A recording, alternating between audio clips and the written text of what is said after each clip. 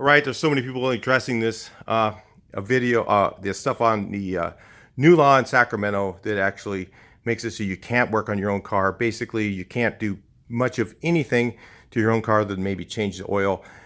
There's a lot of guys that have talked about the the law in Reddit and stuff like that. I'm not going to do that. You guys can look up that law and find out for yourselves what that says, and it's for Sacramento County, and actually watch some of the other videos. Dave Morrison does one. I don't know, he doesn't do one. I'm trying to think of who does it. The guy out of Michigan, I forget, the Leto's Law. Anyway, if you want to look it up, he has got a really good, he reads it over, talks about it from a lawyer's standpoint. I'm going to talk to you about it from a consumer standpoint and from a local who maybe lives there, and how this is going to affect you. And you might think, well, this is great. This is going to affect me because now I'm not going to have all these dirty cars sitting around at people's yards.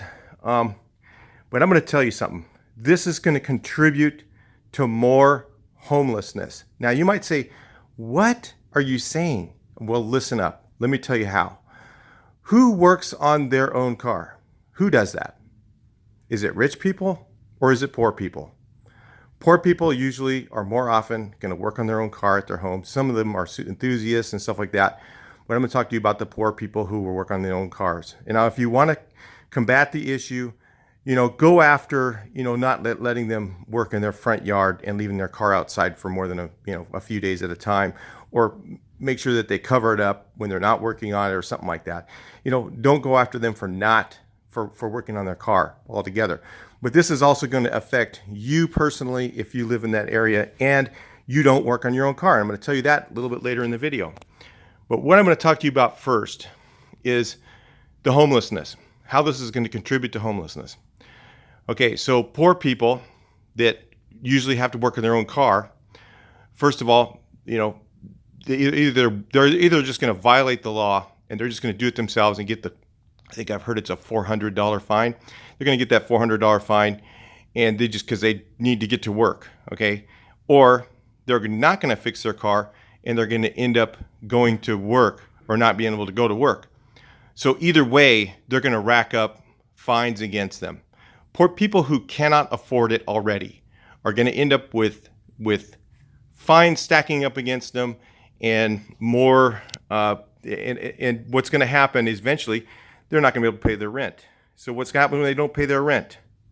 What happens when you don't pay your rent? You're on the streets, right? So basically, it's going to contribute more to homelessness. You might say, well, the small amount of people, whatever. No, it's a lot bigger people than you might think. There's the people that clean your house.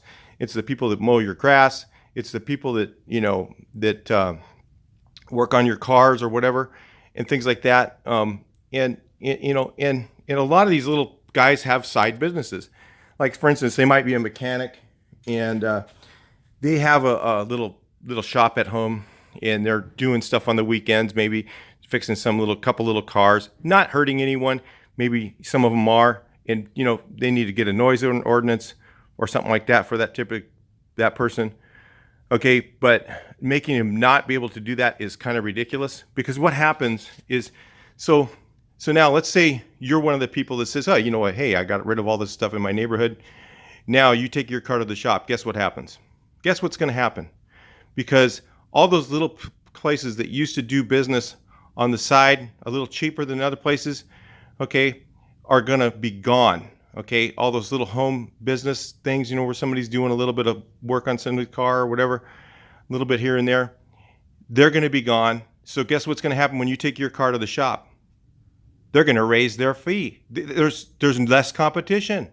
Think about it. So now you're going to go to the shop and you're going to pay even more money to get your car fixed because you want this little, super clean neighborhood, when really they should be going after the noise ordinance, maybe make the people cover the cars when they're not working on them. There could be other ways to deal with it.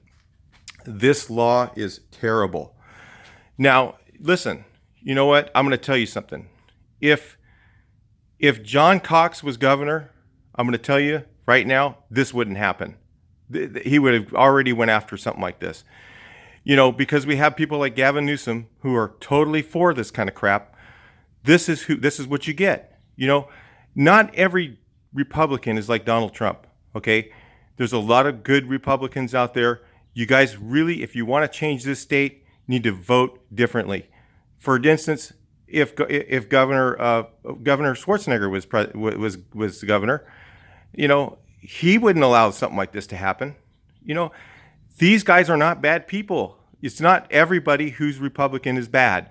It's only a few, and you need to find the ones that are good and vote for them and get these garbage Democrats out of office. Talk to you in the next video. Please like, share, and subscribe, or dislike, whatever you want to do. Just leave a comment. I'd love to hear what you have to say.